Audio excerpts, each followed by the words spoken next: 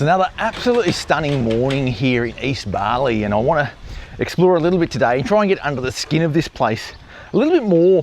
I'm near Padang Bai, and you might have seen my previous video where I ranted about how I was not really enjoying some of the harassment I was getting, but I'm sort of staying less than a kilometre from the centre of town. And here it just feels totally different because there's no tourist trade here. So you don't have that real friction between tourism and people trying to make money. So you can walk around and not really feel harassed at all. And it feels just amazing. It's the real village vibe. And so I thought today, rather than walking through the centre of town and showing you around town again and showing you the port and all that sort of stuff, I thought I'd show you in a different direction where perhaps we can get a feel for what it's really like in East Bali, just outside the tourist areas. And that's what it's like in Bali, isn't it?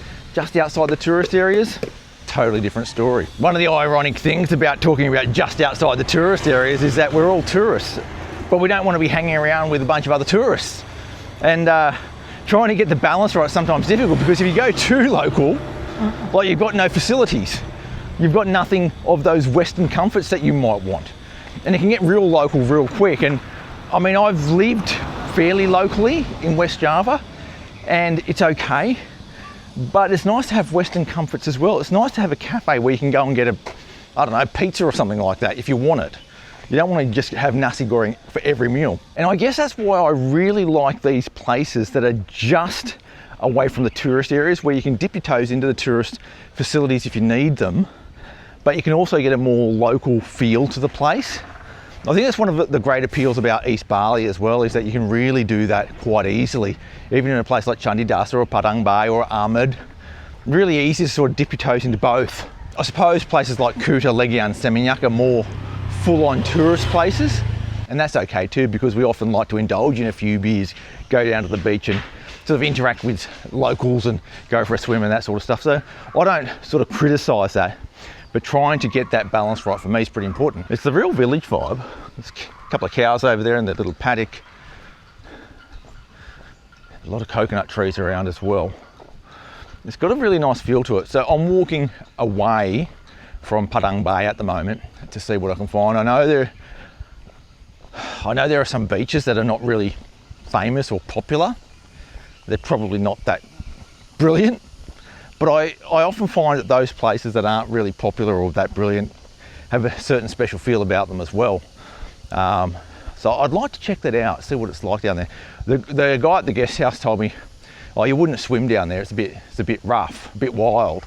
Which I thought, well, that's pretty cool. I wouldn't mind seeing that. In my previous video, you probably would have seen me go on a bit of a rant and I was a little bit negative, I guess, about Padang Bai, the centre of Padang Bai. And it's a little bit unfortunate, really. But I don't often get that sort of feel from most places. Hello. I often don't get a feel like that in most places. I can usually cut through a lot of that stuff. Normally because when I'm speaking the language, you often have an instant connection with people that sort of cuts through some of that more transactional interaction. But in Padang Bai, I wasn't getting any of that in the centre of Padang Bai. I don't know what it is. It feels like it's just, I don't know, something a little bit different there. Language really has the ability to cut through a lot of that transactional nature of interactions. I mean, look at down there. There's like places, Black Pearl, Casa Mimba down there. I wonder if that's worth going down. Oh, look at that mural. I just saw that. Some of our profits will be donated to the poor. That's actually called Bali 85 Inn, so it's some sort of accommodation. And then there's some more accommodation going in over here. I can see a building going on over there. Have I just stumbled on some sort of new tourist area or something like that? It feels like it. All right, I'm gonna go down there. That looks like a good road as any to cut down. Yeah, so I guess one of the points about language is that hasn't really happened here is that language really allows you to connect more deeply with people, allows you to get just below the surface of what we normally see. You can feel it. If you don't speak Indonesian, you can feel that there are layers here in Bali. You can really feel it. And to get to the next layers, obviously you need language to be able to do it. And that's one of the great things about learning the language, even just a little bit. I mean, you don't need to be an expert in language to get to different levels. I see a snout below there. You don't need to be a language sort of expert to get to those layers that are really interesting. You only need very little to have some basic communication. That basic communication is not that hard, really. Those first steps of language, I mean, look, if you learnt 500 words, you'd be communicating with people, honestly. Yeah, the more you have, if you have 1,000, it's better, but like even at 500, like you're way on the way. I think it was in my last video that I started talking about the words to use for I, and I said the word that's most neutral and the safest is saya. So get that in your head, saya, yeah? That means I or me or mine, yeah? So when you're making sentences, me, mine, I is saya, yeah? There are other words, but you need to probably learn saya first, and then you can probably figure out what the other ones mean later. And then the word for you is a word called under. And I won't get into the complexities of it. It is a fairly new word in Indonesian. It's not a word that's been around for centuries, but it's a very neutral word. And you don't need to really understand the culture. Oh, I've just gone in some mud there. You don't really need to understand the culture to be able to use it. So a really easy way to get into the language to say you is under. Now, when you get a bit more advanced, you won't be saying under, okay? Because it's all about status and politeness and that sort of stuff. And I don't want to really get into it now because it's so complicated and it goes on feel a lot of the time. But if you use the word under, you can sort of get away from a lot of those status and level type things. So, because there is a word which is kamu, and if you go, like say if you went up to a lady, an old lady, and you said, kamu da da da da da, I mean, that sounds really rude, like really sharp on the ears. That they'll get a pass because you're a foreigner, but don't do it. Say under, yeah? That's the way to do it. Oh, here we go. I'm at a beach. A wild beach too, look at that. I don't know if I see any currents out there. There's not many waves, but it is a beautiful beach. Wow, that goes a long way down there. That goes as far as the eye can see, many kilometres down that way. And it goes a little way up there, at least until I guess the ferry port in Padang Bai is over there. I'm gonna go up that way. You can see some boats out in the ocean there, or ships out in the ocean, the ferries that go between here and Lombok. You'll often hear me saying the word pat and bu, ibu, which are shortened words for ibu and bapak. And the reason I use those is it's polite. It's like saying sir and ma'am all the time.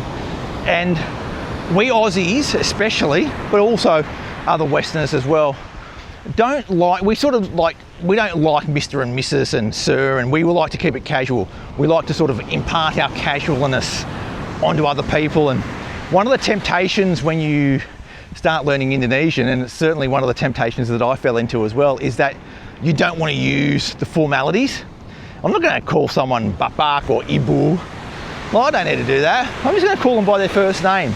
We like to keep things casual, but don't do that, because after a while you start to realise, you know what, every time I say, like say I'm speaking to an older lady and I call her by her first name, it sounds really rude and disrespectful. Like, don't do it. We might do it in the West, but you don't do it here. Just don't do it at all. Like, don't think that, oh, because I'm an Aussie, I can get away with it because we're like everyone's a friend. No, it doesn't work like that. So even when you think you know someone really well, be careful, because it doesn't sound right to be calling someone by their first name when really you should be saying sir and ma'am. So it's often why you'll hear your name called, like say if your name's Wayne, and I know there's a few Waynes watching this channel, so hello to all the Waynes out there. If someone says Mr. Wayne, and they always do, well, they say Mr. Adam, yeah? And we go, oh, it sounds a bit weird, he doesn't know how to speak English properly. Well, actually all he's doing is saying Bapak Adam, yeah? He's actually saying the more formal way of calling you to give you a bit of respect and be polite. He's not lowering himself, and they're not, you know, misunderstanding how to speak English. They're just being nice to you and polite. And we should sort of give that back to people. So always address people even your driver, even the people that you respect. You wouldn't say to kids, but your people that you respect, say, Bapak Wayne, or Bapak Wayan, da da da da, or Pak. Yeah, it's a shortened word. But you really need to do it. You need to. These are called, I think in English we might call them honorifics, but in Indonesian, it's like what we'd say a panggilan maybe, yeah? What you call people.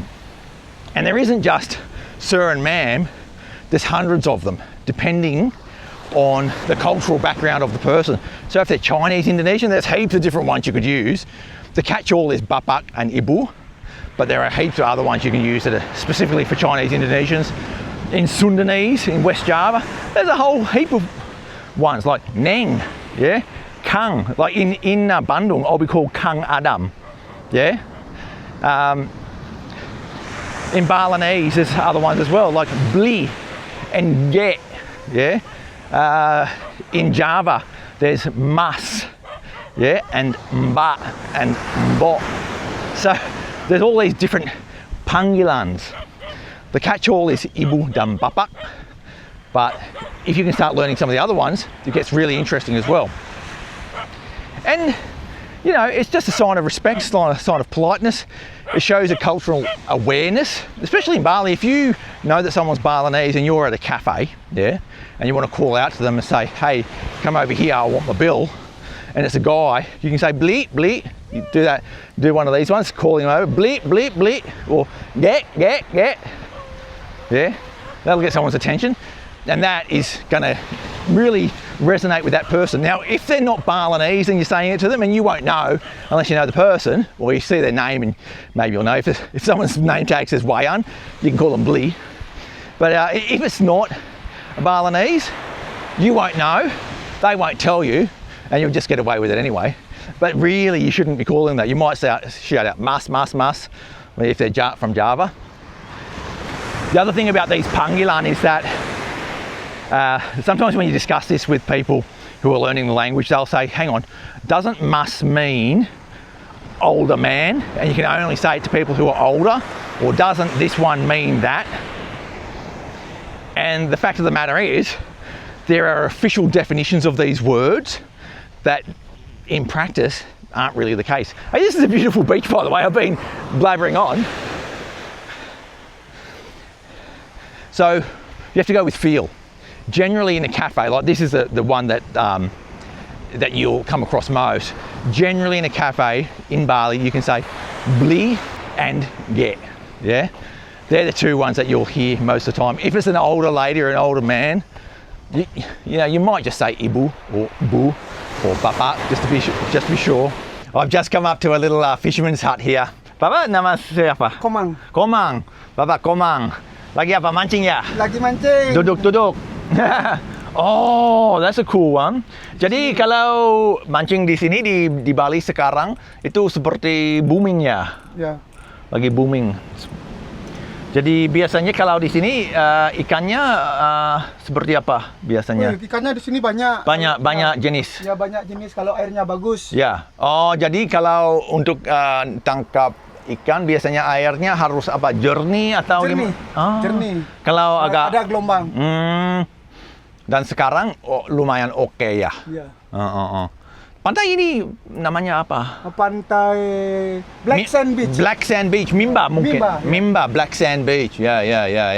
Bapak tinggal di mana? Tinggal di Pangitebel. Pangitebel. Ya. Di daerah mana itu? Daerah sana. Jauh ke sana. Harus naik motor ke sini ya? Ya, naik motor. Berapa jauh dari sini naik motor? 15 menit. 15 menit, ya. Jadi akses ke pantai ini agak susah juga ya, atau enggak? Tidak terlalu susah. Tidak terlalu susah. Jadi kalau aku mau keluar, harus keluar dari sana? Ya, ke sana. Oke, Pak. Selfie dulu ya, Pak. Ya. Yo. Makasih, Pak. Ya, aku jalan lagi ya. Oke, mari. Ya, makasih. Told ya, come out on these little adventures, you always meet some nice people. Always find that, like, you just go for a bit of a walk and have a chat with people, you're going to find some nice people about, cutting through the surface. Cutting through the surface levels, quite easy around here. because it's the end of the beach, I'm gonna have to cut up through here, I think. I can see a little track that some people have been using. Oh, I can see someone's motorbike too, so I don't think I'm gonna get lost here and get into a swamp again. That's for sure. Oh, a little concrete block there. Someone's been building something at some point. Weird. Nice area. Nice part of the world. There are a few places like this up in the east. I know the previous time I was in Candidasa, I went further towards, you know, Virgin Beach. I think they used to call it Pantai Pasir Putih. Between there and Candidasa, there are a few really long black sand beaches that are just wild, sort of a little bit untouched and beautiful as well. I mean, they're not really swimming beaches. I mean, you could swim in there, but I don't know. They're just nice to look at, I think, and that's what that thing is there as well. Like, to go down to that beach is quite beautiful, quite peaceful. Okay, I can see car tracks through here. Am I going to be okay? Oh, a little bit. It's a bit slippery. You'll notice with that guy that I actually referred to him as Bapak or Pak. That was sort of a fail-safe. Halo Bu, lagi apa Bu? Ya, saya mau cari makanan sapi. Oh ya? Biasanya mereka makan apa? Rumput biasanya? Ya, rumput sama kencoro itu apa Pak?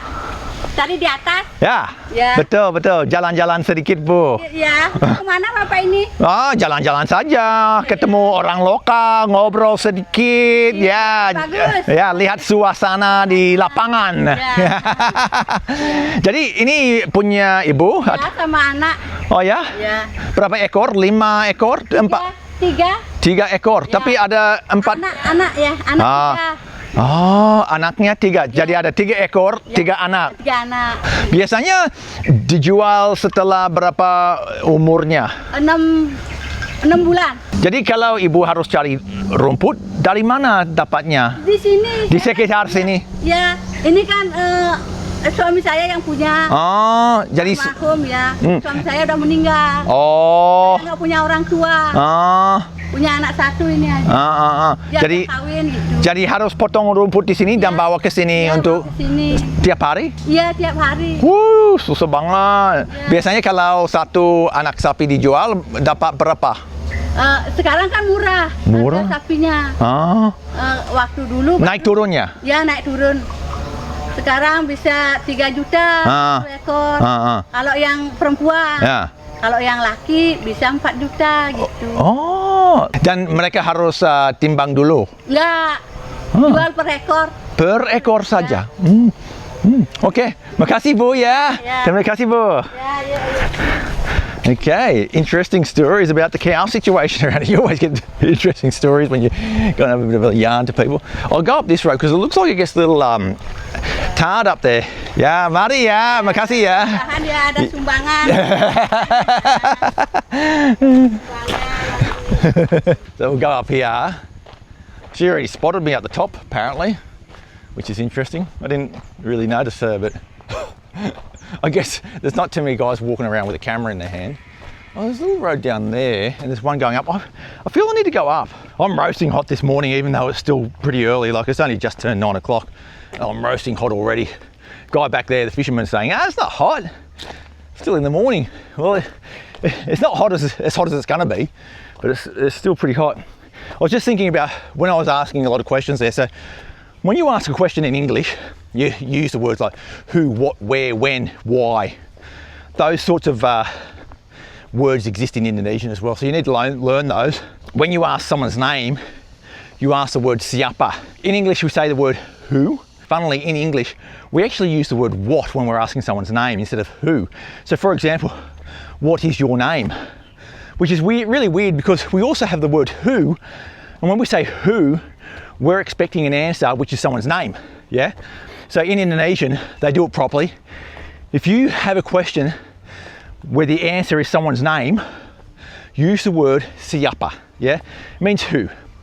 So, siapa, nama Anda. When you're sort of defining ownership as well, rather than your name, it's name yours, yeah? So, who is your name? What is your name? So, siapa nama Anda is what is your name? That is one of the best introductions you can give when you're introducing yourself. I don't know which way to go here. that way or that way. I think I might go right. The other word that is an important word is upper, and that is just what, yeah. Another word is kenapa slash mengapa, and that means why, yeah. Why are you doing something? Kenapa ada sapi di sini? Why have the cows here? Yeah, and then she'll say why. Those are such basic sentences that are really valuable in conversation. The other one that's really interesting, if you want to know when something's going to happen, we use the word when in English. In Indonesian, it's kapan. Kapan, da da da da. So even if you get the rest of the sentence wrong, but you said the word kapan, they know that you're asking about something that has an answer of when. Another good one is where, which is di mana. And we already learned in a previous video, di is the word that you use before, like it means in, on, or at, yeah? And mana is in where, yeah? In where is whatever. That's a really good one to learn as well. So if you want to say, like we already know the word for rice field is sawah. If you say, di mana sawah, they know you're asking, where's the rice field? Yeah, di mana pantai? And they'll go, oh, it's back down there. Even if you don't understand the answer, they'll point. That's a really good one as well. So those who, what, where, when, why, they're really important. We're at a place called Bias Tugel Beach. And it says the visiting hours are between 10 a.m. and 6 p.m. I'm here before 10 a.m. I don't know why they stop you coming earlier. They haven't stopped me because I'm here and it's earlier and there are other people here. It's a bit weird, isn't it? I think it's nice to come out to the beach in the morning. So I'm down here earlier than the opening time. I've got a funny feeling they might be charging you a fee outside of those times. So I haven't been charged a fee yet. And if they try and charge me a fee, I'm in trouble because I don't have any cash on me. I've forgotten to bring my wallet. So I hope that doesn't cause problems. Bias Tugel. It's Bias is, this is Balinese language, yeah? It's sand, yeah? Bias is sand, and Tugel is isolated. This is what I was told by the guy at the homestay. Bias Tugel means isolated sand. I don't know. Sometimes it gets lost in translation as well. So that's what he explained to me. He also did make a joke about Tugel. He said, dua perempuan. And when he said it, I go, what is this guy talking about? Dua perempuan means two girls. And then I thought, oh, hang on. Dua perempuan, oh, Tugel. It means two girls. There are two girls. So Tugel is dua perempuan, because dua is a word for two, and perempuan means girl. Halo. Lagi mancing ya? Ya. Dapat berapa ekor? Nggak dapat. Hey. Boncos. Boncos. Oh, I don't know the word boncos, but I love the sound of it. He's got nothing. Well, they've got nothing. Gets a little bit steep down here, so if you've got bad knees, this is problematic. And you'll need to, like, if you have a stick with you, that'll really help, I reckon. We're getting there. We're getting there. We're getting there. Oh, here we go, some warungs. This is the white sand beach, and it is very white. I say white sand beach because that was the old name. When I first started coming here, they just called it White Sand Beach, which is not very creative. So now they call it Bias Tugel. Tugel. Hello, Tugel. Dua perempuan ya? Tugel, dua perempuan. Ya. Tahu? Dua perempuan, kalau bahasa Inggris, two girls. You want sunbed? No, thank you. Just lihat-lihat aja. You want drink or something? No, thanks. There you go, trying to make a joke between English and Indonesian. That one didn't really work. I had to explain it to her and she still didn't get it. I often make these jokes and Susan's there and she cringes. She finds it so embarrassing when I make these jokes. Oh, look at this. Beautiful looking beach. It's a little bit rough actually. A little bit rough. I don't know if you get swept out. Beautiful sand though, look at that. Look at the colour of that. Really nice, yeah. So I'm always trying to make jokes with the locals about different things in language and that sort of stuff, and sometimes it works, sometimes it doesn't. That wasn't even my joke. It didn't really come off. Look over there, look at the colour of that. Isn't that nice? Actually, it's a little bit, you just look at the sky, a little bit overcast. Or, it's not overcast, it's like there's a bit of blue, but you know that scattered sort of cloud? It's quite a thin layer of cloud, so it just gives a bit of shade, but not total. So it's still boiling hot, but it just doesn't get that real stunning blue that you might normally get down here. Still not bad. I think there's an exit down this way. I think the last time I came here, I think I was exiting up there through the bush somewhere. So I've just met up with this guy. Sorry, what's your name? My name is Package. Package? Package. There you go. Beautiful. So you live around the local area? Yeah, I live in Ulapa. So where are you from originally? From England. From England, yeah. And you're a bit of a traveller? We've been traveling 20 years. 20 years. And what sort of brought you to this part of Bali originally? I was asked if I would want to become a volunteer teacher, which is something that I would never ever do. Oh, never ever do. Yeah. But, I needed to be in the country for 18 months. Yes. And it gave me the opportunity to have a longer visa. Yeah. So I then came to the village, and I went to the school. They had a table tennis table in the school, so I was like in heaven.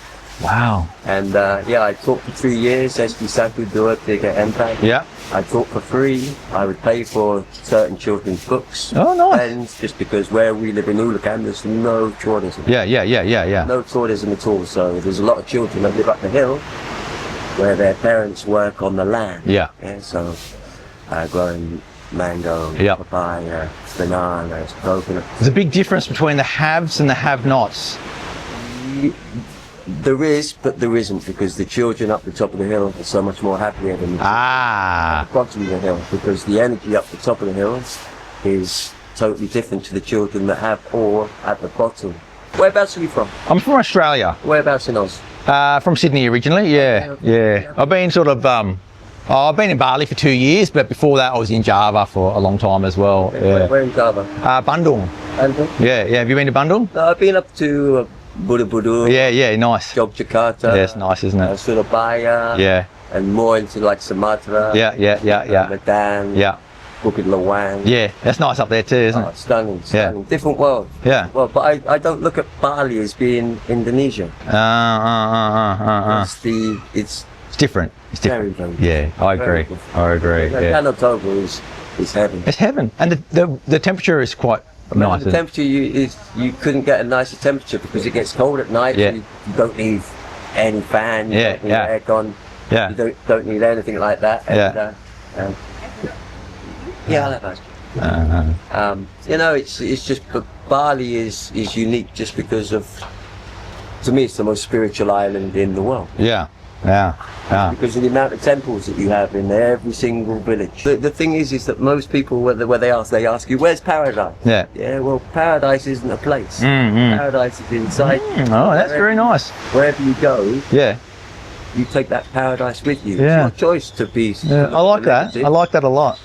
That's a really nice philosophy. Yeah. But this has been 20 years of traveling. Yeah. So I quit my job in 2004 October when my brother was dying of cancer. And he passed away June 6, 2005. And I looked at life and I went, this is all bullshit. Yeah. This is all bullshit. So I sold everything I owned and I went traveling. And travelled to a lot of places in where you are. Yeah. Melbourne. Yeah. Melbourne, Sydney. Yeah. All the way up to Cairns. Yeah. All the way back down. And every country is beautiful. Every country has its bad. But it's up to you if you want to take the negative out of place or the positive. I love your attitude, mate. Hey, thanks for having a bit of a chat today. Really appreciate it, mate. My name's Adam. Package Price. Nice to meet you. Package Price. Yeah. This guy is a really interesting guy. Thank you, mate. I really appreciate that. You're welcome. Just finding the way out here after speaking with Package. After sort of filming that little segment there, I had a bit of a chat with him for a while about his philosophy on life and so forth, because he's just such an interesting character. He was talking about a few different things that really sort of resonated, a few little points that I really loved, which, to be honest, I probably need to sort of put into my life a little bit more. See if I can get around here. I think I've got to go this way. I don't know. One of the things he said was, too many people are thinking about the future, worrying about the future, planning, worried about getting sick, all that sort of stuff. a lot of people are thinking about the past and past grievances and that sort of stuff. And because that's filling up so much of their mental space, their energy, they're not living in the now. They're not just going and doing what they need to do to live a really good life. I really like that. And it's something that I probably need to do a little bit more of. Stop worrying about the future so much, which I do sometimes, I've got to say. So I really liked that piece of advice. The other thing he said was, sometimes life, your mind is a bit like a computer, and you can load it with a lot of rubbish sometimes, you know, and it clutters the system up, it clutters the memory up to the point where you turn the computer on and all that you experience from that computer is just rubbish and negativity and bad things. And that's sort of the metaphor for what can happen in your own life if you surround yourself and accept in all this rubbish that goes along in the world, and then you become that in a lot of ways. I sort of find that to be the case with a lot with social media, in that sometimes if you get too deep into social media and fill yourself up with all this negativity and political stuff especially, you start to become that. You start to spew the same stuff that you've been consuming, and that's not a great way to live your life. So I thought that was a good tip as well. He had so many more different bits of advice and stuff that I found very interesting, but they were the ones that really resonated with me. A fantastic character, lived here now for over 10 years, living a pretty simple life and feeling that he doesn't want or need for anything. He's got it all here in paradise. And in fact, one of the things he said was that this is not necessarily paradise, but you make it your own paradise. You know, you're the one that makes it a paradise rather than it just being a spot. Because let's face it, you should be able to make paradise wherever you are. Kind of like that too. That guy has about a million different little metaphors that really are fantastic. Okay, I'm coming to an area that looks very familiar. Okay, this is the old road. This is the road that I tried to come up in the car once and I nearly rolled over. I was coming up this thing. It wasn't overgrown like this at the time. It was rocky like this all across, and I went quite far up because it looks like a properly formed road, like someone's cut that out of the mountainside to make a road but sort of didn't finish it. So that was a very long time ago that I came up in that little Jimny and had problems in it.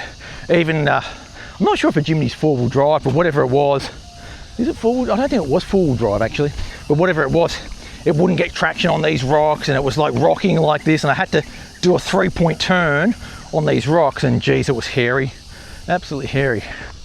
But this is the way that you get up to Bias Tugel from the bottom of Candidasa, which is there. So if you're staying in the main centre of Candidasa, you come that way. You go the way that I went if you're staying in the part of Candidasa that I'm staying in. But this is what it looks like. It's a bit treacherous up here. Beautiful part of town, this one here. I do love Padang Bai in some ways. There's that negativity that I don't really like, that harassment thing. But other than that, beautiful spot. And I guess taking part of Package's advice is that if you don't sort of deal with that negativity very well, it's probably best to try and get rid of it out of your life. So if you don't really like that harassment and stuff, don't stay in the centre of Padang Bai. Stay where I'm staying, which is absolutely perfect. Thanks for coming along for the ride today, and thanks for watching. Make sure you hit that subscribe button to keep up to date with all things Sanur, the rest of Indonesia. I'll catch you next time, and sampai jumpa.